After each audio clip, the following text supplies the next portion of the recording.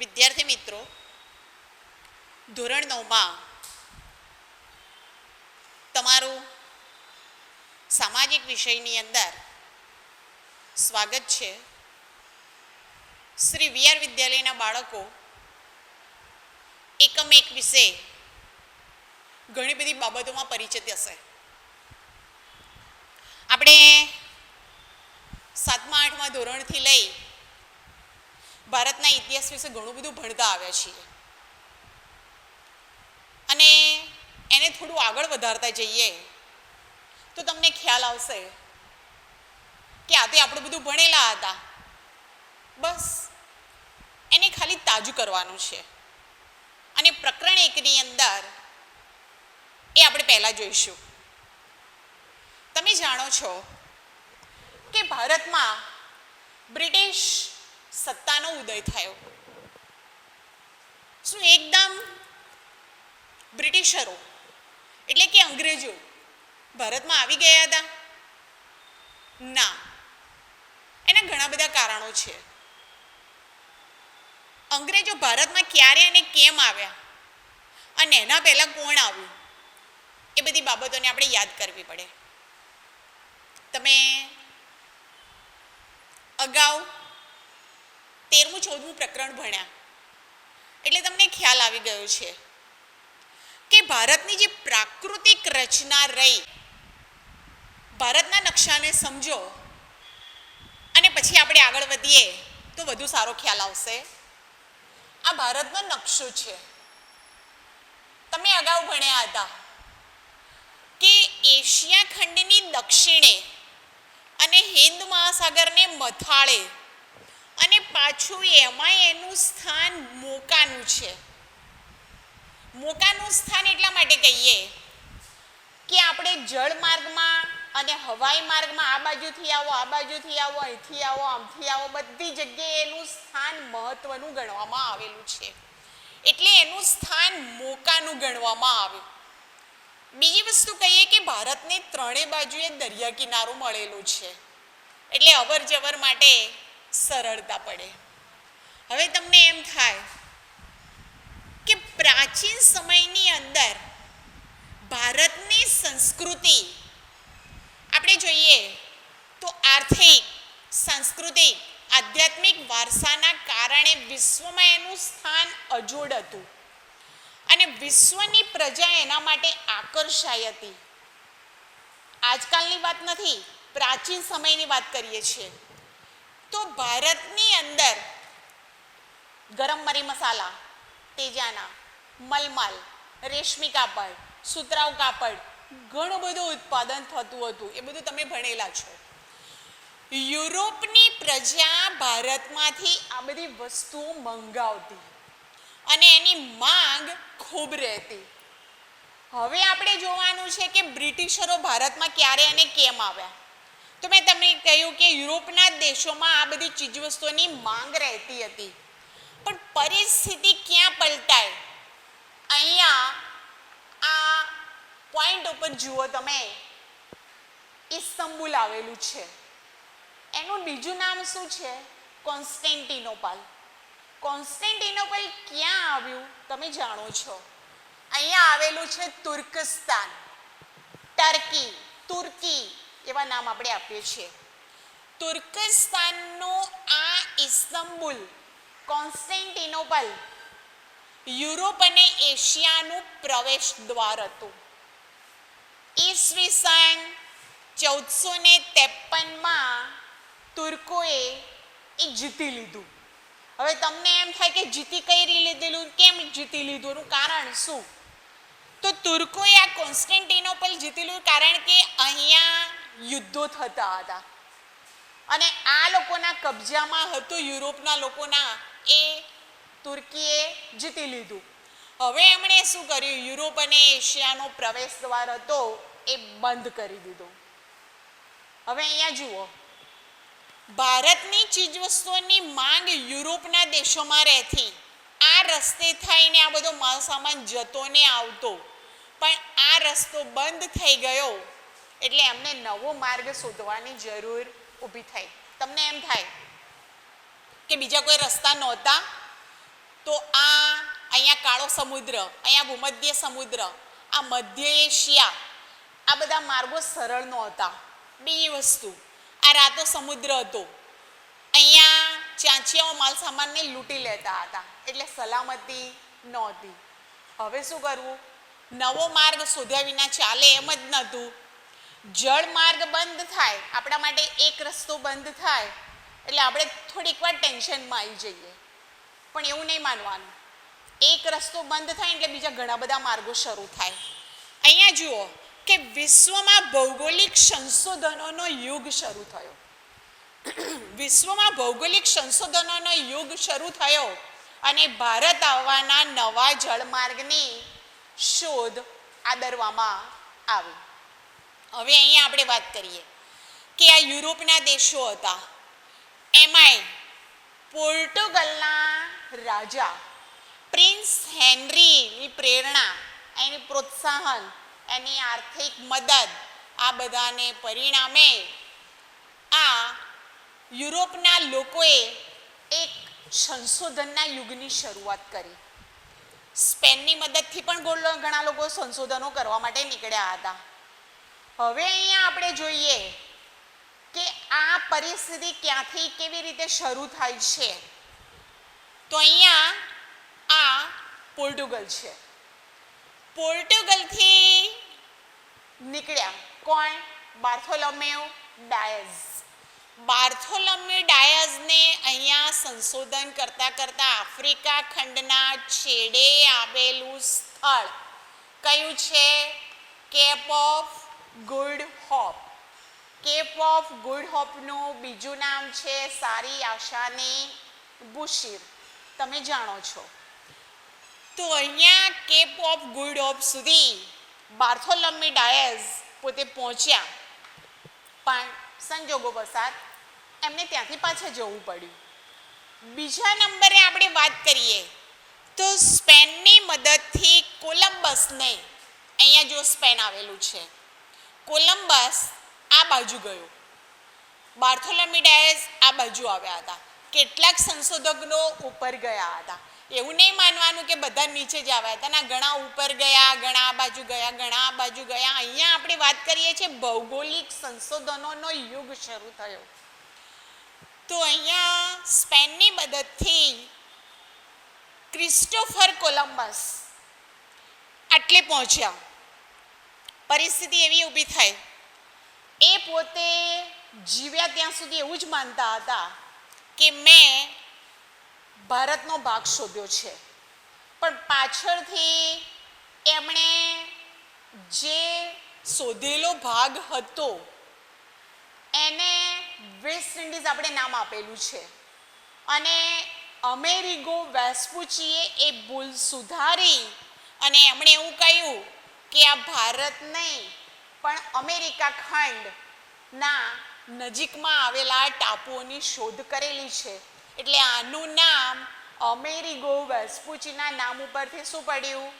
America. એ તમે જાણો છો. તો અહીંયા ક્રિસ્ટોફર કોલંબસે આવીને શાની શોધ કરી? બોલો. વેસ્ટ ઇન્ડિઝ ટાપુઓની. અને એની ભૂલ કોણે સુધારી? અમેરિગો વેસ્પુચીએ, અને એનું નામ પડ્યું અમેરિકા.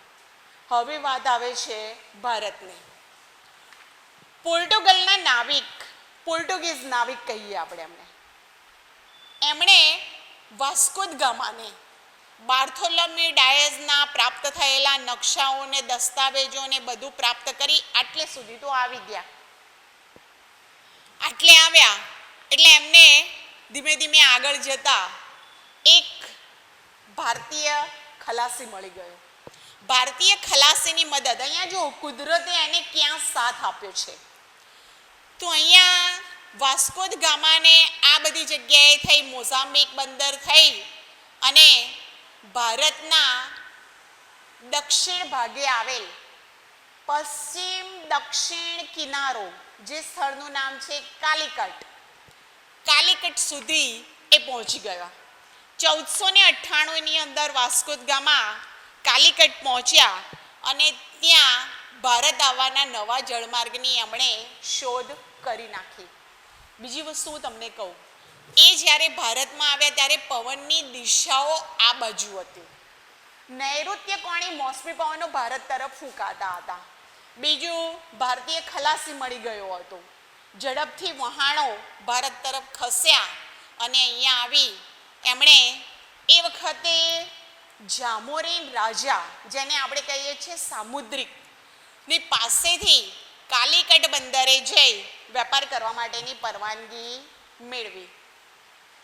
100 વર્ષની અંદર તો ઘણું બધું પ્રાપ્ત કર્યું, ઘણું બધું ધન કમાયા અને એમણે આ ભારતની અંદર વેપાર શરૂ કર્યો, ધર્મનો પ્રચાર પણ શરૂ કર્યો. એમણે આપણે જોઈએ તો દીવ, દમણ, ગોવા, કોચીન આવા ઘણા બધા પ્રદેશો ઉપર પોતાના સંસ્થાનો સ્થાપ્યા. એમનું વર્ચસ્વ વધી ગયું. આ બધાનો ધીકતો વેપાર જોઈ હોલેન્ડના ડચ લોકો, આ બધા યુરોપના જ દેશો છે, તો અહીંયા હોલેન્ડના ડચ લોકો પણ ભારતમાં આવ્યા. પછી ડેનમાર્કની ડેનિશ પ્રજા, એ બધા પણ આ માર્ગે થઈ ભારતમાં વેપાર કરવા માટે પહોંચતા ગયા. હોલેન્ડના ડચ લોકોને આપણે શું કહીએ છીએ? વલંદાઓ. વલંદાઓ તરીકે પણ આપણે એમને ઓળખીએ છીએ. પણ આ બધી જે બીજી પ્રજાઓ હતી એ થોડોક સમય રહી વળી પાછા પોતાના દેશમાં જતા રહ્યા હતા. હવે વાત કરીએ આપણે ફિરંગીઓનો ને એ બધાનો ધીકતો વેપાર જોઈ. ઈસવીસન 1600ની અંદર અહીંયા ઇંગ્લેન્ડમાં ઈસ્ટ ઇન્ડિયા કંપનીની સ્થાપના કરવામાં આવી. રાણી ઇલિઝાબેથે એમને આ પૂર્વના દેશો સાથે વેપાર કરવા માટેની પરવાનગી આપી અને ઇંગ્લેન્ડના લોકો એ વખતે ઈસવીસન 1608માં ભારતમાં વેપાર કરવા માટે આવ્યા. હવે ત્યાં સૌથી પહેલાં આવનારા કોણ હતા? ફિરંગીઓ. સમજો બરાબર, સૌથી પહેલાં આવનારા હતા ફિરંગીઓ, એટલે કે પોર્ટુગીઝો. એમણે એમને વેપાર કરવા માટેની ઘણી બધી મુસીબતો ઊભી કરી. એટલે એમને સૌથી પહેલાં જ્યારે ઈસવીસન 1608માં આવ્યા ત્યારે એમને વેપાર કરવાની પરવાનગી પ્રાપ્ત થઈ નહીં. કપ્તાન હોકિન્સના નેતૃત્વ નીચે એમનું પહેલું વહાણ આવ્યું હતું. એ પછી ઈસવીસન 1608માં મંજૂરી ના મળી એટલે 1613માં એ વખતે જહાંગીરને વેપાર કરવા માટેની એમને પરવાનગી આપી. હવે અહીંયા ભારતની અંદર જ્યારે અંગ્રેજો આવ્યા ત્યારે આ બાજુના ભાગોની અંદર ફિરંગીઓની સત્તા વ્યાપેલી હતી. બીજા હોલેન્ડના ડચ લોકો હતા, ડેનમાર્કની ડેનિશ પ્રજા હતી. એટલે એ લોકોએ સૌથી પહેલાં તો 1613માં જ્યારે પરવાનગી મળી ત્યારે સુરતમાં, ભરૂચમાં, અમદાવાદમાં આ બધી જગ્યાએ પોતાના વેપારી થાણા સ્થાપ્યા. પછી એમને આ બાજુના ભાગમાં મરાઠાઓ સાથે પણ સંઘર્ષ કરવો પડે એવો હતો. એટલે એમણે એવો વિચાર કર્યો કે આપણે એના કરતાં આ બાજુના ભાગમાં, એટલે આપણી આ કઈ દિશા કહેવાશે? પશ્ચિમ. ભારતના પશ્ચિમ ને દક્ષિણ આ બધા વિસ્તારોની અંદર એમણે પોતાના સંસ્થાનો સ્થાપવા માટે વધુ સક્રિય અને મજબૂત બનતા ગયા. તો એમણે અહીંયા આંધ્રપ્રદેશના વિસ્તારમાં આવેલું છે મછલીપટ્ટમ, પછી ચેન્નઈમાં આવેલા છે એ કોલકાતાની અંદર ફોર્ટ વિલિયમ, અહીંયા સેન્ટ જ્યોર્જ, આવા બધી જુદી જુદી જગ્યાએ પોતાના વેપારી મથકો સ્થાપ્યા. એ પછી મુંબઈમાં પોતાનું વેપારી કેન્દ્ર એટલે કે એમનું મુખ્ય મથક ઊભું કર્યું અને વેપારની શરૂઆત કરી. એ પછી આ બધાનો ધીકતો વેપાર જોઈ ઈસવીસન 1668માં ફ્રાન્સના ફ્રેન્ચો ભારતમાં વેપાર કરવા માટે આવ્યા. ખ્યાલ આવ્યો તમને? સૌથી છેલ્લે આવ્યા ફ્રાન્સના ફ્રેન્ચો. તો ફ્રેન્ચો ભારતમાં વેપાર કરવા માટે આવ્યા. હવે ફ્રેન્ચો અને અંગ્રેજો બંનેને વારંવાર સંઘર્ષ થતો. એમનો જે સંઘર્ષનો સમયગાળો છે લગભગ 1746થી 1763 સુધીનો રહેલો જોવા મળે છે આપણને. હવે આપણે આ જે વાત કરીએ કે ફ્રાન્સના ફ્રેન્ચો ભારતમાં વેપાર કરવા માટે આવ્યા, તો એમની બંનેની વચ્ચે એટલે અંગ્રેજોને અને ફ્રેન્ચોને બંનેને જ્યારે વારંવાર સંઘર્ષ થયો અને એ સંઘર્ષની અંદર 3 કર્ણાટક વિગ્રહ થયા.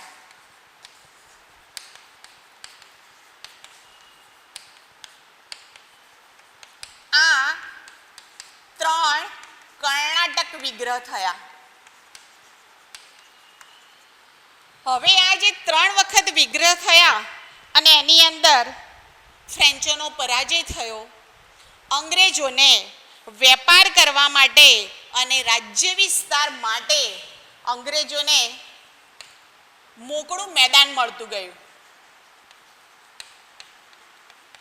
એટલે ફ્રેન્ચો ધીમે ધીમે નબળા પડતા ગયા અને અંગ્રેજોનો વિકાસ વધતો ગયો. તો આપણને એમ થાય કે ફ્રેન્ચોએ અહીંયા આવીને કઈ જગ્યાએ વેપારી મથકો સ્થાપ્યા? તો એ લોકોએ દક્ષિણના ભાગોમાં, અહીંયા આવેલું છે માહે, પછી કરાઈકલ, પછી અહીંયા આવેલું છે પુંડુચેરી, ઉપર આવે છે ચંદ્રનગર, યાનામ, આ બધા જગ્યાએ એમણે પોતાના વેપારી મથકો સ્થાપવાની શરૂઆત કરી. અને જે પેલા ડેનમાર્કની ડેનિશ પ્રજાને હતા એ તો બધા પોતાના દેશમાં પાછા જતા રહ્યા.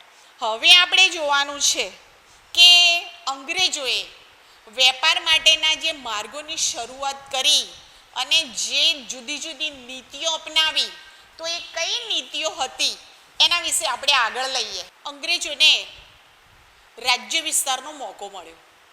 હવે એ રાજ્ય વિસ્તારનો મોકો પ્રાપ્ત કરવા માટે એમણે એક પ્રયત્ન શરૂ કર્યો કે આપણે બંગાળા પ્રાંતમાંથી પ્રવેશ કરવો. કેમ? કારણ શું? તો અહીંયા ફિરંગીઓની સત્તાઓ વધતી હતી, નીચે ફ્રેન્ચોની સત્તાઓ વધતી હતી. ફ્રેન્ચોને એક નીતિ અપનાવેલી હતી, ભારતના ભોગે ફ્રાન્સને સમૃદ્ધ કરવું. એ નીતિનો ખ્યાલ ઈસ્ટ ઇન્ડિયા કંપનીના અંગ્રેજોને આવી ગયો. એટલે બ્રિટિશરોએ એ નીતિ અપનાવી અને એમણે નક્કી કર્યું કે આપણે પણ ભારતના ભોગે ઇંગ્લેન્ડને સમૃદ્ધ બનાવવું. વિશ્વની અંદર ફ્રેન્ચો અને અંગ્રેજોના સંસ્થાનો હતા, સંઘર્ષ ચાલુ હતા. ધીમે ધીમે ધીમે ફ્રેન્ચો નબળા પડતા ગયા, પણ મુઠ્ઠીભર અંગ્રેજોને ઇંગ્લેન્ડ તરફથી પૂરેપૂરી સહાય, મદદ બધું જ મળતું ગયું. એટલે એમણે શરૂઆત કરી બંગાળાથી પ્રવેશ કરવાની. સૌથી પહેલાં પશ્ચિમ બંગાળાની અંદર એમણે પ્રવેશ શરૂ કર્યો અને એ પશ્ચિમ બંગાળાની અંદર અહીંયા આવેલું છે મુર્શિદાબાદથી. આપણે અહીંયા જુઓ, પશ્ચિમ બંગાળમાં મુર્શિદાબાદથી 38 કિલોમીટર દૂર પ્લાસીનું મેદાન આવેલું છે. પ્લાસી નામના સ્થળે આ યુદ્ધ કરવાની શરૂઆત થઈ. હવે પ્લાસીનું યુદ્ધ કેવી રીતે થયું તમે જાણો છો કે એ વખતે બંગાળાના નવાબ હતા સિરાજ ઉદ દૌલા, બહુ ઉતાવળિયા સ્વભાવનો. સિરાજ ઉદ દૌલાને એ વખતે અંગ્રેજોની આ નીતિ જોઈ અને એણે પગલાં ભર્યા. શું કર્યું હતું અંગ્રેજોએ? તો તમે જાણો છો, પશ્ચિમ બંગાળાની અંદર કોલકાતાની અંદર એમની એક વેપારી કોઠી હતી. વેપારી કોઠીની ચારે બાજુ કિલ્લેબંધી કરી. હવે તમે વિચારો, વેપાર કરવો હોય તો કિલ્લેબંધી કરવાની ક્યાં જરૂર હતી? પણ એમની નીતિ કંઈક અલગ હતી. એટલે આ સમાચાર પશ્ચિમ બંગાળાના નવાબ સિરાજુદ્દૌલાને મળ્યા. સિરાજુદ્દૌલાએ બંગાળાની વેપારી કોઠી તોડી નાખી. વેપારી કોઠી તોડી નાખી અને એ સમાચાર મદ્રાસ એટલે કે હાલનું કહેવાય છે ચેન્નઈ, ત્યાં પહોંચ્યા. રોબર્ટ ક્લાઇવને એક નાનકડું લશ્કર લઈ અને એની સામે યુદ્ધ કરવાની નીતિ અપનાવી. એ પણ તમે જાણો છો, રોબર્ટ ક્લાઇવ પોતે એવું માનતો હતો કે કદાચ હું આમની સામે પરાજય પ્રાપ્ત કરીશ, મને જીત મળશે નહીં. એટલે એણે આશરો લીધો કોનો? દગાખોરીનો. એક ષડયંત્ર રચ્યું. ષડયંત્રની અંદર સિરાજુદ્દૌલાના વિરોધીઓ મળ્યા. કોણ મળ્યું એમને? એમનો સેનાપતિ મીર જાફર અને શેઠ અમીચંદ બેનો સહારો લીધો અને ઈસ્ટ ઇન્ડિયા કંપનીને એવું કહ્યું કે નવાબ અમને કન્નડગત કરે છે. નવાબની કન્નડગતના કારણે અમે એમની સામે યુદ્ધ કરવા માંગીએ છીએ. યુદ્ધ થયું. અડધા દિવસમાં જ યુદ્ધ પૂરું થઈ ગયું. અડધા દિવસમાં જ યુદ્ધ પૂરું થઈ ગયું. કેમ? તો મીર જાફર નિષ્ક્રિય રહ્યો અને એને પરિણામે એ શાંત પડી જતા હાર થઈ. સિરાજુદ્દૌલા હારી ગયો અને અંગ્રેજોને ઈસ્ટ ઇન્ડિયા કંપનીને 24 પરગણાની જાગીર પ્રાપ્ત થઈ.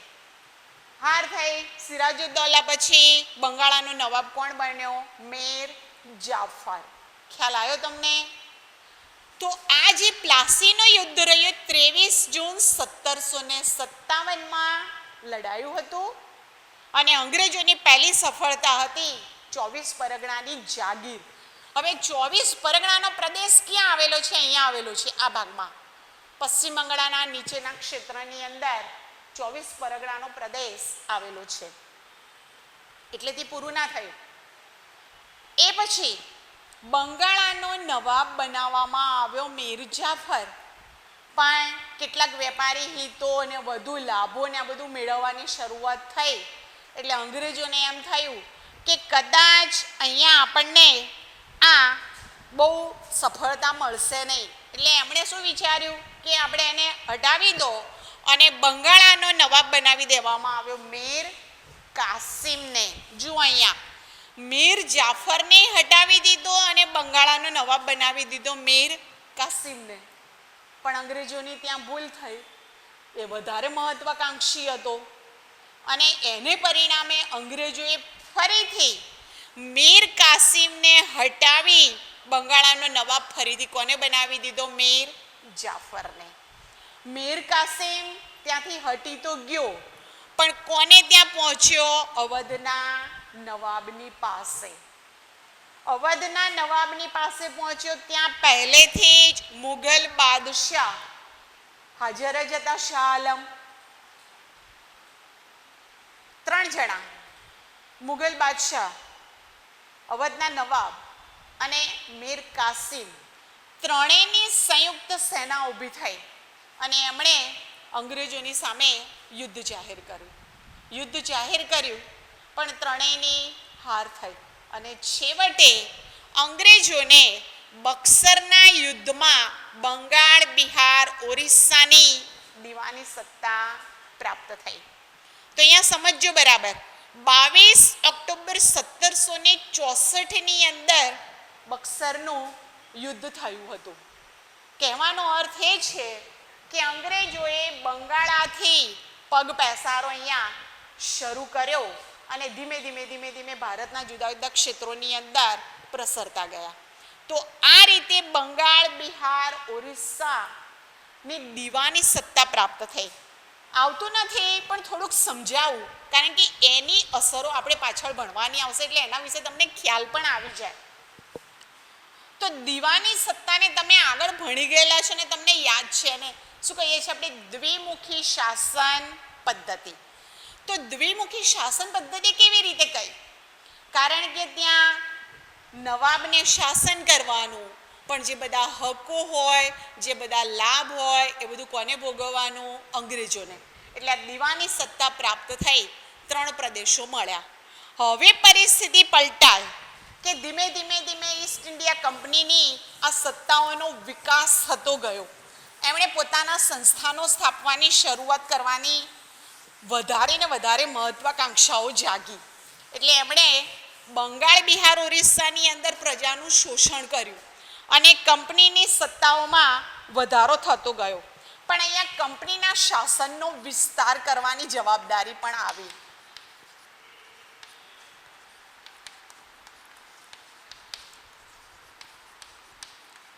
હવે તમે આગળ ભણી ગયેલા છો. જો કદાચ થોડું યાદ હોય તો 1770ની અંદર બંગાળમાં પરિસ્થિતિ બદલાઈ હતી. શું થયું હતું? દુષ્કાળ પડ્યો. ખૂબ વસ્તી મૃત્યુ પામી.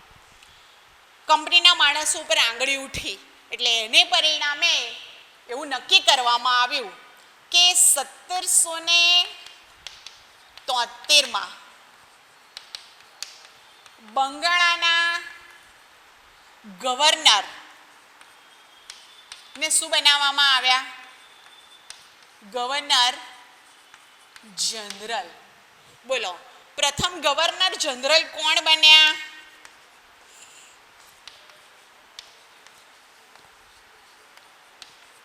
બોલો, કોણ બન્યા? Warren Hastings.